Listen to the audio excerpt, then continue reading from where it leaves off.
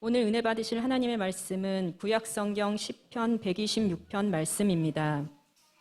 다 함께 합독하시겠습니다. 여호와께서 시온의 포로를 돌려보내실 때 우리는 꿈꾸는 것 같았도다. 그때 우리 입에는 웃음이 가득하고 우리 혀에는 찬양이 찼었도다. 그때 문 나락 가운데서 말하기를 여호와께서 그들을 위하여 큰 일을 행하셨다 하였도다. 여호와께서 우리를 위하여 큰 일을 행하셨으니 우리는 기쁘도다. 여호와여, 우리의 포로를 남방 시내들 같이 돌려보내소서. 눈물을 흘리며 씨를 뿌리는 자는 기쁨으로 거두리로다. 울며 씨를 뿌리러 나가는 자는 반드시 기쁨으로 그 곡식단을 가지고 돌아오리로다. 아멘. 당신을 정말로 사랑합니다. 아멘. 할렐루야. 사랑의 역사가 여러분들의 삶 가운데 차고도 넘치는 은혜의 역사가 되시기를 주님의 이름으로 축원합니다. 천천히 내리는 비처럼 이라는 말씀의 제목으로 함께 은혜를 나누도록 하겠습니다. 비가 내려야 되죠. 우리나라도 지금 많이 가물지 않았습니까? 비가 좀 많이 와야 되는데 비도 마찬가지입니다. 제가 이렇게 여기 교회 앞에 있는 대추나무들, 작년에 우리 장로님께서 이렇게 비료를 많이 이렇게 해 놓으셨는데, 물을 수도에서 이렇게 호수로 가가지고 물을 막 뿌리니까는요, 스며들지 않더라고요. 그냥 그 비료가 다 쓸려 내려가더라고요. 그래서 천천히 이렇게 분수처럼 해가지고 물을 줬더니 그것이 이제 땅속 깊이 스며드는 것을 보게 됐습니다. 그러니까 비가 오는 것도 좋죠. 그러나 폭우가 내리면 그 폭우는 땅에 흡수가 되지 않기 때문에 홍수가 나고, 흡수가 되지 않기 때문에 그냥 밀려나가는 것을 보게 되는데, 단비처럼 그냥 비가 천천히 내리면 그것이 땅속 깊이 이렇게 스며드는 것을 보게 됩니다. 그러니까 비도 때로는 그렇게 폭우처럼 하나님의 은혜가 예루살렘 땅에 흐르는 그러한 비처럼 하나님께서 주실 때도 있지만, 또 헤브론 땅, 네게부 땅에 내리는 하나님의 그 단비가 또 저와 여러분들 가운데 필요하게 되는 줄 믿습니다. 할렐루야. 우리가 인생을 살아가면서 그렇습니다. 감사. 오늘 시편 126편의 시는 성전에 올라가는 시다라고 그렇게 말하고 있습니다. 성전에 올라가는 시라고 하는 것은 뭐냐면, 이스라엘 백성들이 절기를 지킬 때마다 예루살렘 성전에 올라갑니다. 그런데 성전에 올라가면서 찬양을 하는 시가 시편 120편부터 시편 134편까지 15개의 시편들이 성전에 올라가면서 하나님께 찬양과 감사를 드리는 시예요. 이것은 뭐냐면, 우리가 무슨 고난주간에 부르는 찬양이 있고, 부활주일에 부르는 찬양이 있고, 또 크리스마스에 부르는 그 성탄 찬양이 있듯이, 이스라엘 백성들은 절기를 지키러 올라갈 때마다 하나님께 드리는 시, 하나님께 찬양하는 시가 있었는데, 그것이 바로 성전에 올라가는 시다라는 거죠. 그래서 시편 120편부터 시편 134편까지는 그들이 예루살렘 성전에 올라가서 절기를 지킬 때마다 부르는 하나님을 향한 감사의 찬양이었습니다. 그 중에서도 시편 126편은 두 가지로 나눌 수가 있는데, 여러분, 감사라고 하는 것은 지속이 있어야 됩니다. 여러분들의 인생 가운데 하나님께서 감사의 조건들을 주시지 않습니까? 하나님, 이것 해주셔서 감사합니다. 내 인생 가운데 형통하게 해주셔서 감사합니다. 나의 기도에 응답을 해주셔서 감사합니다. 라고 하지만 그것과 덧붙여서 오늘 4절에서 6절 말씀에 보면, 아직 되어지지 않은 일이기는 하지만 하나님, 내 인생 가운데 응답을 해주셔서 감사도 드리지만, 앞으로 내 인생 가운데 혹 모를 일에 대하여도 응답하여 주시옵소서. 할렐루야. 이것이 감사라는 거예요. 그냥 하나님께서 주신 것에 대해서만 감사가 아니라, 하나님께서 나를 이렇게 인도하셔 주셨사오니, 하나님께서 내 인생을 여기까지 인도해 주신 것 감사하고, 앞으로도 내 인생을 인도하여 주실 것도 뭐 하는 겁니까? 감사해야 된다라는 거죠. 그러니까 감사는요, 지나온 세월을 감사하는 것뿐만 아니라 지금도 감사하고, 앞으로 하나님께서 그렇게 인도하실 것도 감사하는 것, 이것이 바로 지속 가능한 감사, 저와 여러분들이 해야 할 감사임을 깨달으시기 바랍니다. 잠언 16장 1절 3절 말씀에 보면, 사람이 자기의 길을 계획할지라도 그 걸음을 인도하시는 분은 여호와 하나님이시다라고 고백을 하죠. 그래서 이것에 대해서 말씀을 드리지 않았습니까? 그러면 하나님께서 다 아시기 때문에 내가 계획을 해도 하나님께서 그 계획 가운데서 이루실 것이기 때문에 나는 아무것도 안 해도 된다. 그렇게 부정론이 아니라 우리는 그리스도인으로서, 우리는 하나님의 사람으로서 지켜야 할, 또 가져야 할 자세들이 있는 겁니다. 군인들이 군대의 의무를 다하듯이, 또 경찰들은 경찰의 의무를 다하듯이, 저와 여러분들은 세상 사람들이 아니라 예수 그리스도를 믿고 구원받은 하나님의 자녀들 아니겠습니까? 그러니 그리스도인으로서 가져야 할 자세가 분명히 있다라는 거죠. 그럼 그 자세는 무엇이냐라는 거예요. 하나님의 백성으로 인생을 살아갈 때 하나님께서 우리에게 가져야 될 자세를 말씀하고 주고 계시는데, 그것은요, 힘들고 어렵다고 해도 낙심하지 말아라 라는 겁니다. 사실 이게 잘 위로가 되지는 않아요.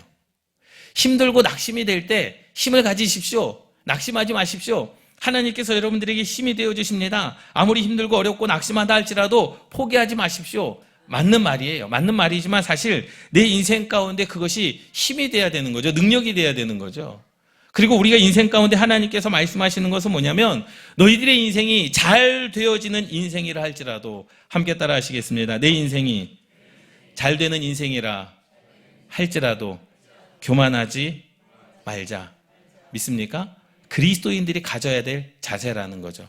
안 된다고 해도, 안 된다고 해서 낙심하지도 말아야 되고, 잘 된다고 해서도 교만하지 말라는 겁니다. 왜? 모든 주관하시는 일은 누가? 여호와 하나님께서 하시기 때문임을 여러분 깨달으시기 바랍니다. 하나님을 향한 태도, 이스라엘 백성들의 고백을 보세요. 성전에 올라가는 시입니다. 이스라엘 백성들이 하나님께 찬양합니다. 이 시편 126편의 그 고백은 뭐냐? 1절 말씀에 나와 있듯이 바벨론 포로가 되어 잡혀갔던 이스라엘 백성들, 하나님께서 행하신 거예요. 하나님께서 이스라엘 백성들을 바벨론 포로로 잡혀가게 하셨습니다. 원인은 있죠. 원인은 뭐예요? 원인은 다른 게 아닙니다. 이스라엘 백성들이 하나님의 말씀에 불순종했기 때문에, 하나님을 버렸기 때문에 그 버린 것에 대한 결과가 바벨론으로 포로로 잡혀가는 것이었습니다. 그런데 정확한 기간은 있었어요. 내가 때가 되면 70년이 되면 너희를 다시 이스라엘 백성 이스라엘 땅으로 오게 할 것이다라고 하는 그러한 약속은 분명히 있었습니다. 그런데 하나님께서 바벨론 포로로 되어 잡혀갔던 이스라엘 백성들은요, 그곳 가운데서, 바벨론 포로 가운데서 하나님을 찬양할 수가 없었습니다. 하나님을 찬양하고 싶어도 찬양할 수가 없었습니다. 하나님께 제사를 드리고 싶어도 제사를 드릴 수가 없었습니다. 왜? 포로였기 때문에. 그리고 기간이 차서 하나님께서 이스라엘 백성들을 다시 어떻게 해요? 바벨론에서 이 예루살렘 땅 가운데 가나안 땅으로 하나님께서 다시 어떻게 하시는 거예요? 자유를 허락해 주셨습니다. 그것으로 인해서 감사하는 기도가 바로 시편 126편의 1절에서 6절까지의 말씀이라는 거죠. 그들 때문에 하나님께서 그들을 포로로 보내셨지만 그 포로 가운데서 돌아오게 하시는 것도 누구의 은혜라는 거예요? 하나님의 은혜였다라고 이들은 고백합니다. 여러분 생각해 보면 우리가 그렇게 이야기할 수 있어요. 하나님께서 보내주셔 놓고선 때리고 또 치료해 주시고, 때리고 치료해 주시고, 하나님을 원망할 수도 있지 않습니까? 하나님 굳이 그렇게 하실 이유가 있습니까? 라고 우리가 원망할 수도 있죠. 하나님을 향하여 대항할 수도 있습니다. 그런데 이스라엘 백성들은 하나님을 찬양하고 싶어도 찬양할 수 없었던 그때를 기억합니다. 하나님께 제사하고 싶어도 제사할 수 없었던 그때를 기억합니다.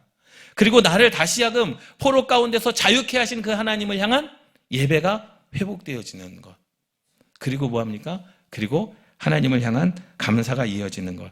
그것이 무엇입니까? 은혜를 찬양하는 것임을 깨달으시기 바랍니다.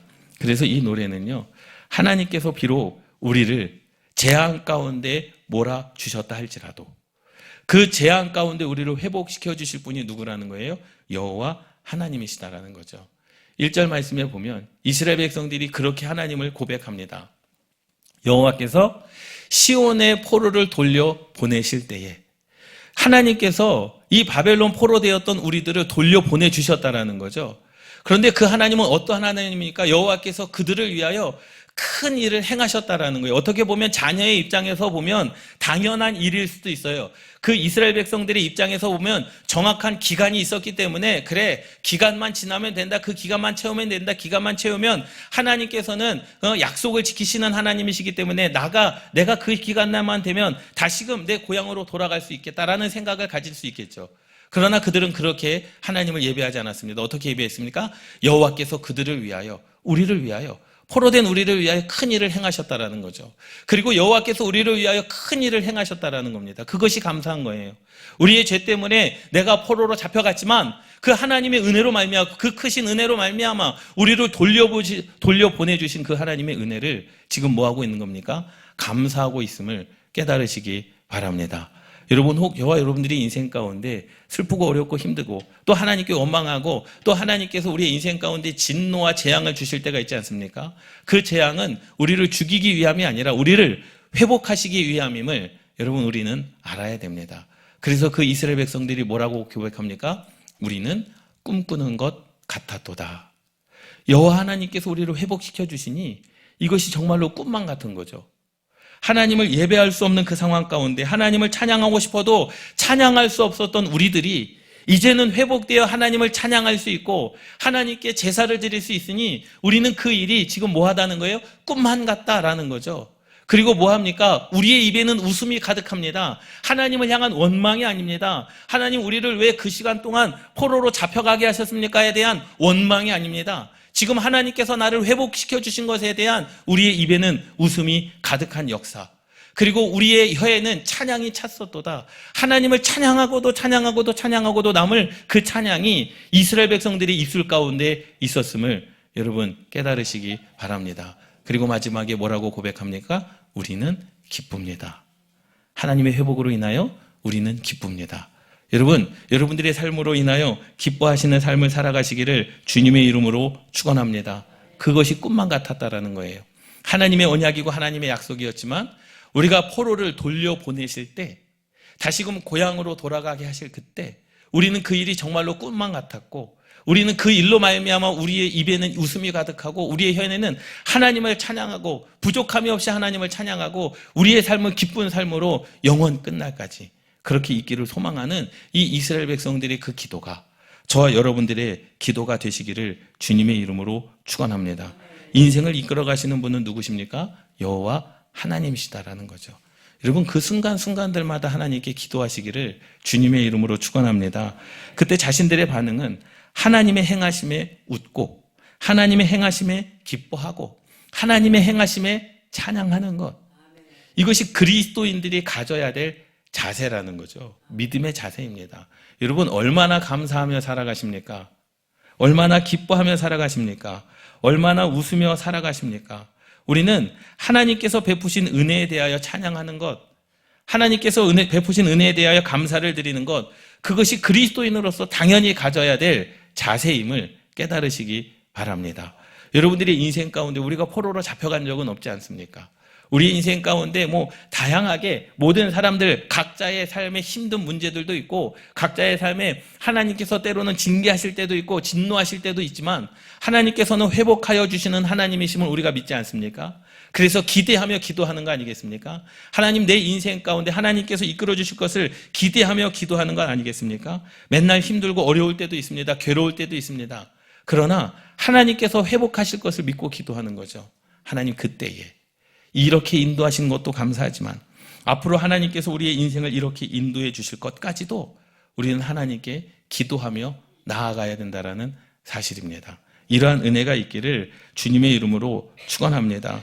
여러분 그래서 1절에서 3절의 말씀은 그렇게 기도하는 거죠. 2절 말씀에 그때 우리의 입에는 웃음이 가득했습니다. 그리고 그때 우리는 기뻤습니다. 이것이 우리의 신앙 고백입니다. 라고 그렇게 기도하는 것. 징계의 목적은 우리를 죽이시기 위한 목적이 아닙니다. 매주 수요일마다 출애굽기에 대한 지금 말씀을 이어가고 있지 않습니까? 하나님께서 애굽 땅에 재앙을 내리십니다. 징계를 내리십니다. 여러분들의 인생 가운데 하나님의 재앙이 임했다고 여러분 두려워하지 마십시오. 그 재앙은 우리를 죽이기 위한 재앙이 아니라 깨닫게 하기 위한 재앙임을 깨달으시기 바랍니다. 혹 내가 잘못하는 것이 있으면 깨달아야죠. 깨닫고 돌이켜야 되는 거 아니겠습니까? 돌이켜서 하나님께서 말씀하시는 방향으로, 하나님께서 우리에게 요구하시는 그 뜻대로 우리가 순종하며 나아가야 됨을 깨달으시기 바랍니다. 그러면서 이제 이스라엘 백성들이 우리를 이제까지 인도하여 주신 하나님을 감사하지만 앞으로도 뭐라고 감사합니까? 4절 말씀에 보면 여호와여 우리의 포로를 남방 시내들 같이 돌려 보내소서라는 거죠. 이미 이스라엘 백성들은요, 돌아왔습니다. 돌아온 상황 가운데 한 번 더 기도하는 거죠. 무엇을 기도한 겁니까? 앞으로 혹 우리가 하나님 앞에 범죄하여 다시 포로로 가는 한이 있다 할지라도 다시금 하나님께서 우리를 돌려 보내주실 것을 우리는 믿습니다. 꼭 그렇게 하시기를 하나님 원합니다. 라는 기도입니다. 하나님께서는 우리의 삶 가운데 완전히 회복시켜 주시는 하나님이심을 깨달으시기 바랍니다. 여러분, 바벨론 포로의 귀환은 이미 일어나고 있는 상황 가운데 시편 기자가 고백을 한 거예요. 그리고 이 일이 일어나고 또 과거의 사건이기도 합니다. 이미 지난 일에 대해서 하나님께 감사하는 거예요. 그런데 거기에 덧붙여서 뭐라고 기도합니까? 앞으로 그러한 일이 있다 할지라도 여호와 하나님께서 우리의 포로를 남방 시내들 같이 돌려 보내 주시옵소서. 다시금 회복시켜 주시옵소서. 앞으로 그러한 일이 있다 할지라도 하나님께서 우리를 회복시켜 주실 것을 믿습니다. 그러한 기도. 그래서 앞으로도 계속 돌려 보내 주시옵소서. 그래서 우리의 입에서 찬양과 감사가 계속 지속될 수 있도록, 여러분, 하나님의 은혜는 우리가 구해야 되는 줄 믿습니다. 여러분, 하나님의 은혜를 구하십시오. 그래서 감사는 여러분들에게 주어진 것에 대해서만 감사하는 것이 아니라 내가 감사했습니다. 하나님, 그러니 내 인생 가운데 이러한 감사가 끊이지 아니하도록 우리들에게 은혜를 더하여 주시옵소서. 여러분, 그렇게 기도하십시오. 내게 주신 하나님의 은혜가 감사하지만 앞으로도 이러한 은혜가 계속 지속될 수 있도록 하나님 내게 은혜를 베풀어 주시옵소서. 5절 6절 말씀에 보면 눈물을 흘리며 씨를 뿌리는 자는 기쁨으로 거두리로다. 울며 씨를 뿌리러 나가는 자는 반드시 기쁨으로 그 곡식단을 가지고 돌아오리라. 여러분, 이 말씀이 여러분 이해가 되십니까? 농부가 봄에 씨를 뿌리는데 울면서 씨를 뿌린다. 이해가 되십니까? 농부가 봄에 씨를 뿌리는데 기대가 있지 않겠습니까? 추수할 때 기대가 있고, 내가 씨를 뿌리면 이것이 잘 자라나서 연말에 귀 거둘 때에 내게 큰 축복이 됐으면 좋겠다라고 그러한 기대감으로 씨를 뿌리지만, 성경에서는 눈물을 흘리며 씨를 뿌리는 자라는 거죠. 그럼 눈물을 흘리면서 씨를 뿌려야지만 기쁨으로 단을 거둘 수 있겠느냐? 과연 이 말씀은 어떠한 말씀인가? 이스라엘 백성들이 왜 그렇게 눈물을 흘리며 씨를 뿌릴 수밖에 없었느냐라는 거예요. 이 말씀은요, 시편 126편의 말씀은요, 네겝 지역입니다. 네겝 지역. 이 네겝 지역은요, 사막 지역입니다. 사막 지역이기 때문에 비도 잘 오지도 않죠. 그렇기 때문에 어떻게 해야 되는 거예요? 씨를 뿌릴 수도 없고 안 뿌릴 수도 없는 거예요. 사막이기 때문에 씨를 뿌리지 않는다? 그럼 먹을 게 없거든요. 그렇다고 씨를 뿌린다? 그렇다고 씨를 뿌린다고 농사가 잘 될 뭐가 없는 거예요? 보장도 없는 겁니다. 그러니 이 사람들은, 광야에서 네겝 지역에 사는 사람들은요, 눈물로 씨를 뿌릴 수밖에 없는 거죠. 왜? 기대하는 게 없어요. 씨를 뿌린다고 잘 되는 것도 아니고 안 뿌린다고 안 되는 것도 아니고 씨를 뿌린다고 잘 되는 보장도 없습니다. 그래서 이 네겝 지역은 저 밑에 이 네겝 지역입니다. 에돔 바로 옆에 사막 지역입니다. 예루살렘 밑이죠. 이스라엘 지형으로 보자면, 지도로 보자면 최남방에 있는 지역입니다. 그러니까 네겝 지역은 이렇게 사막입니다. 사막이고 시내가 있고 골짜기가 흐르는 지역입니다. 그러니까 이 지역에 씨를 뿌려야 되는 거예요. 어쩔 수 없이 씨를 뿌려야 되는 겁니다. 저러한 사막 가운데 비가 오지 않은 곳에 씨를 뿌린다라고 한번 생각해 보십시오. 그리고 네겝은 시내가 흐릅니다. 시내가 있지만 시내는 다 뭐하고 있습니까? 지금 말라 있는 상황입니다. 그런데 보면 하나님께서 이 네겝 지역에 단비를 내리실 때에는 저렇게 저 끝에 보면 목초지가 있는 것처럼 농사가 잘 되는 때도 분명히 있습니다. 근데 문제는 뭐예요? 어떻게 그것을 우리가 감당하겠느냐라는 거죠. 비가 오면 좋은데, 또 비가 단비처럼 내리면 좋은데, 예루살렘은요, 비가 많이 와야 됩니다. 포도나무를 심기 때문에요, 비가 굉장히 많이 와야 돼요. 근데 네겝 지역은 비가 많이 오면은요, 홍수가 납니다. 스며들지가 않아요. 그래서 이 네겝 지역은 예루살렘처럼 비가 내리면 안 되고 그냥 천천히 흐르는 비, 천천히 내리는 비, 그것이 네겝 지역에는 딱 맞는 거죠. 근데 예루살렘처럼 폭우가 내리면 이 네겝 지역은 어떻게 됩니까? 홍수가 되어집니다. 그래서 홍수가 되기 때문에 정말로 농사를 지을 수 없고 씨를 뿌렸던 것들이 다 어떻게 되는 거예요? 그냥 다 그 물로 말미암아 씻겨져 내려가는 거죠. 소리를 키워줘도 됐습니다. 네겝 지역에서요, 예루살렘에 비가 너무 많이 오죠. 그런데 저 비가요, 어떻게 됩니까? 땅에 스며들지 않습니다. 그래서요, 이 네겝 지역에 사는 사람들 중에 대부분이 죽는 이유는 뭐냐면 더워서 죽지 않습니다. 익사해서 죽는 거예요. 그냥 저렇게 골짜기에 있다가 그냥 저 물이 불어나는 겁니다. 골짜기에 있던 그 물이 갑자기 불어나가지고 그냥 물에 빠져 죽는 겁니다. 그래서 저 사람들은 더워서 죽는 게 아니에요. 사막 가운데 물이 없어서 목말라서 죽는 것이 아니라 한순간에 불어나는 무엇 때문에? 물 때문에 계곡에 있다가 걸어가다가 그냥 그 계곡 가운데 물이 차고도 넘쳐가지고 익사해서 죽는 경우가 대부분입니다. 여러분 생각해 보세요. 저런 상황 가운데 하나님께서 예루살렘처럼 저렇게 비를 많이 주신다라고 한다면 이 네겝 지역은요, 살 수가 없는 땅이 되는 거죠. 씨를 뿌리러 나가지만 지금 이거는 평지입니다. 평지에 씨를 뿌렸는데 저렇게 물이 홍수가 나면 그 씨앗은 어떻게 됩니까? 뿌리를 내리지 못하고 그냥 저 물로 말미암아 쓸려져 내려가는 거예요. 그러니 이들은 어떻게 할 수밖에 없는 거예요? 울며 겨자 먹기로 눈물을 흘리면서 씨를 뿌리는 겁니다. 왜? 한순간에 저렇게 물이 범람함으로 말미암아 내가 애써서 심어놓은 무엇이 씨앗이 저 물로 말미암아 씻겨 내려가면 그 한해 거둘 것은 아무것도 없다라는 거죠. 그러니 이들의 기도가 여러분 이해가 되지 않습니까? 울며 씨를 뿌리며 눈물을 흘리며 씨를 뿌리는 자는 기쁨으로 거두리로다. 여러분 이러한 상황 가운데 기대가 있느냐 되는 거죠. 이러한 상황 가운데 소망이 있겠느냐라는 거죠. 그렇다고 안 심을 수는 없어요. 왜? 안 심으면 먹을 게 없거든요. 안 심으면 저 키울 수 있는 소와 양떼가 먹을 것이 아무것도 없는 거거든요. 그러니까 이 지역의 농부들은요, 항상 씨를 뿌리기는 뿌리지만 항상 마음을 졸이며 가슴을 조마조마해 하며 씨를 뿌리는 겁니다. 씨를 뿌리지만 언제 저렇게 큰 물이 범람함으로 말미암아 내가 뿌려놨던 씨들이 그냥 그 물로 씻겨 내려갈지 모르기 때문에 만약에 비가 오면 다 떠내려가는 그러한 상황 가운데서도 어떻게 합니까? 눈물을 흘리면서 씨를 뿌리는 겁니다. 여러분 이 심정을 여러분 알겠습니까? 여러분 이 심정을 우리는 알아야 됩니다. 예? 그 상황 가운데 하나님의 은혜가 아니면 도저히 살 수 없는 그 상황, 하나님께서 우리를 찬양하고 싶은데 찬양할 수 없는 그 상황, 포로 가운데 있었을 그 상황 가운데서도 우리를 뭐해 주셨듯이, 우리를 살려 주셨듯이, 우리가 눈물을 흘리며 씨를 뿌리는 그 땅 가운데도 하나님 어떻게 은혜를 달라고요? 천천히 은혜를 내려 주시옵소서. 할렐루야. 그러니요, 우리가 예루살렘 이 가나안 땅, 이스라엘 땅을 보더라도요, 기후가 다르고요, 지형이 다르지 않습니까? 예루살렘 땅은, 저 위쪽의 예루살렘 땅은요, 비가 많이 와도 잘 흡수를 합니다. 그냥 땅에 잘 스며들어요. 그래서 포도 농사가 잘 됩니다. 그런데 이 네겝 지역은요, 저렇게 한 번에 비가 많이 오면은요, 그 땅에 스며들지 않기 때문에 홍수가 나는 겁니다.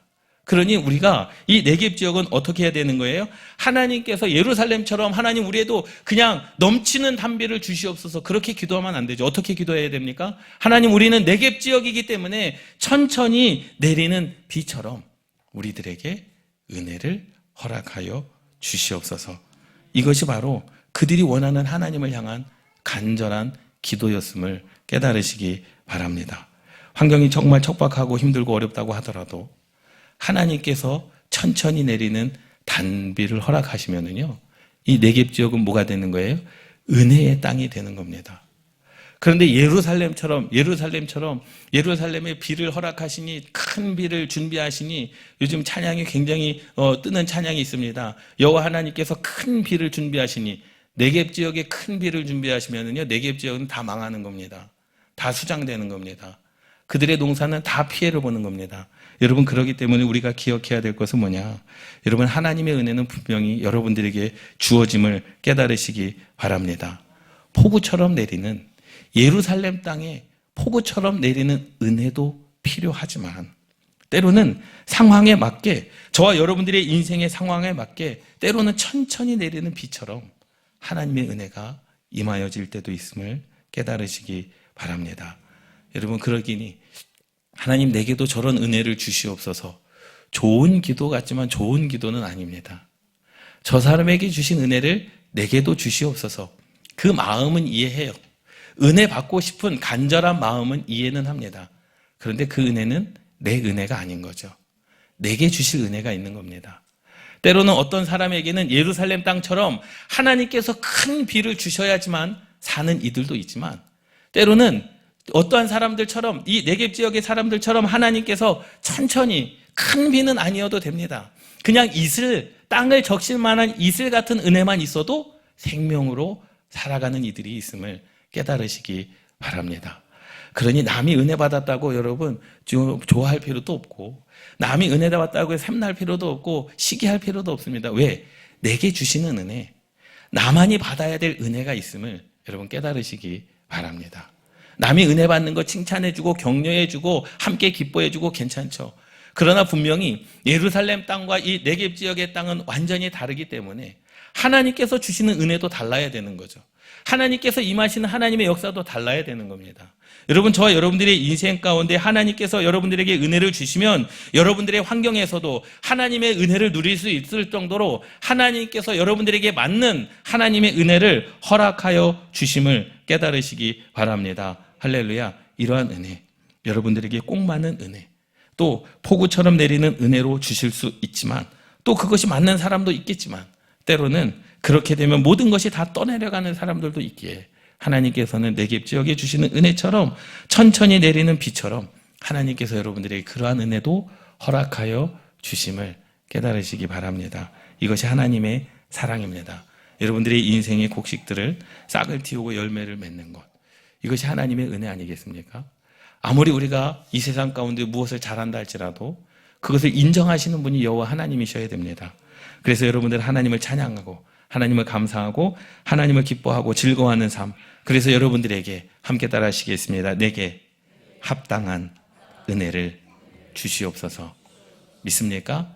나에게 합당한 은혜, 여러분들의 삶 가운데, 여러분들의 상황 가운데, 여러분들의 인생 가운데 합당한 은혜를 하나님께서 반드시 주실 줄 믿습니다.